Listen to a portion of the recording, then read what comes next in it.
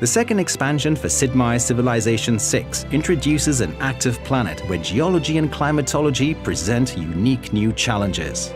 Face the threat and reap the bounty from natural disasters, manage your power sources wisely, and unite with leaders of other civilizations to find solutions to the challenges of a changing climate. Rise and flourish in Sid Meier's Civilization VI: Gathering Storm. There's no escaping the power of nature as it shapes your world and affects your people's fortunes. Where you settle will have consequences that affect your civilization forever, as each terrain faces its own environmental challenges. Natural disasters can pillage or destroy your improvements and districts, but they may also refresh and enrich the lands after they pass. Volcanoes offer high risks, but high rewards, as eruptions can devastate surrounding areas, but volcanic soil is highly fertile and valuable.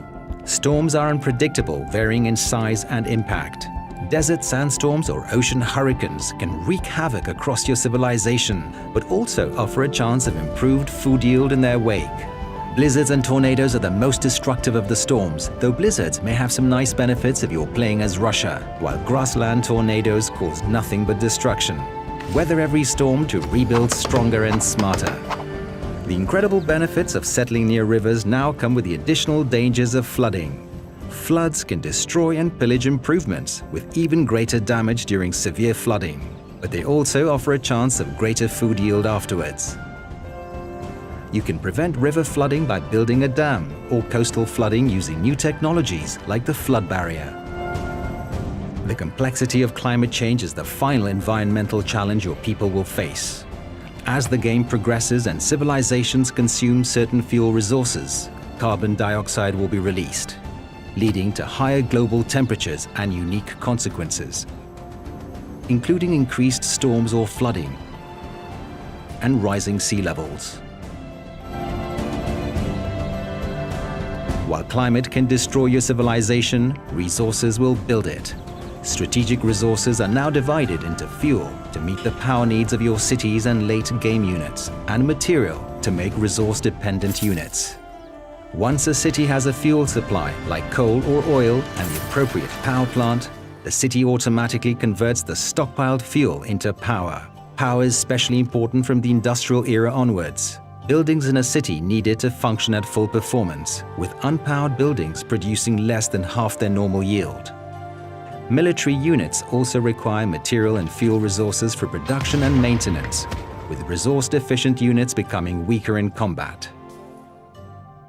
But be aware, your management of fuel will directly affect the world's temperature and the climate consequences your people will face.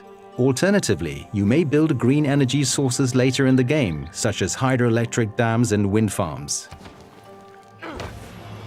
Nuclear power plants can also provide cities with green power, adding only light carbon emissions, but the chances of a nuclear accident will increase as the power plant ages. Depending on the severity of the accident, the surrounding area will be subject to fallout, just as if a nuclear weapon had detonated.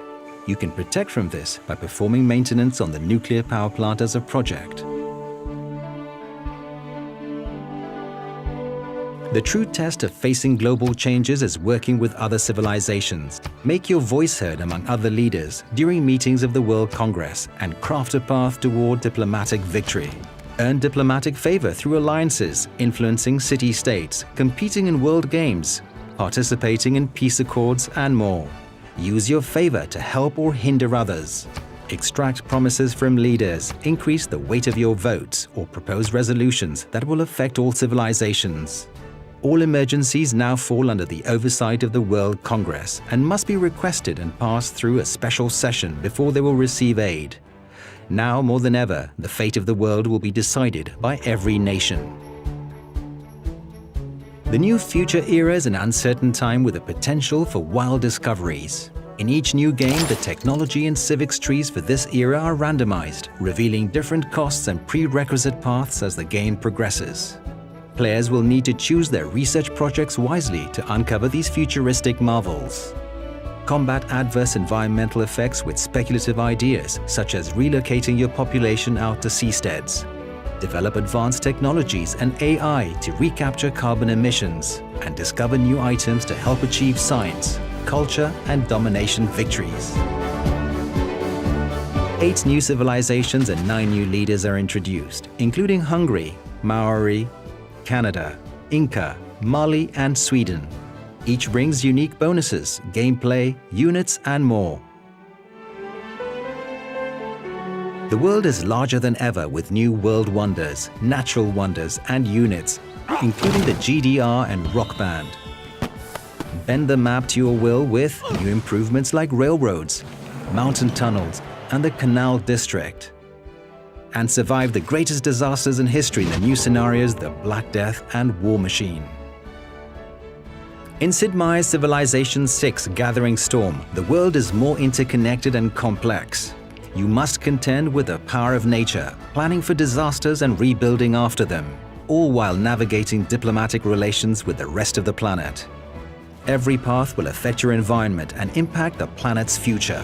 How will you conquer the elements? And what kind of world will you create in Sid Meier's Civilization VI Gathering Storm?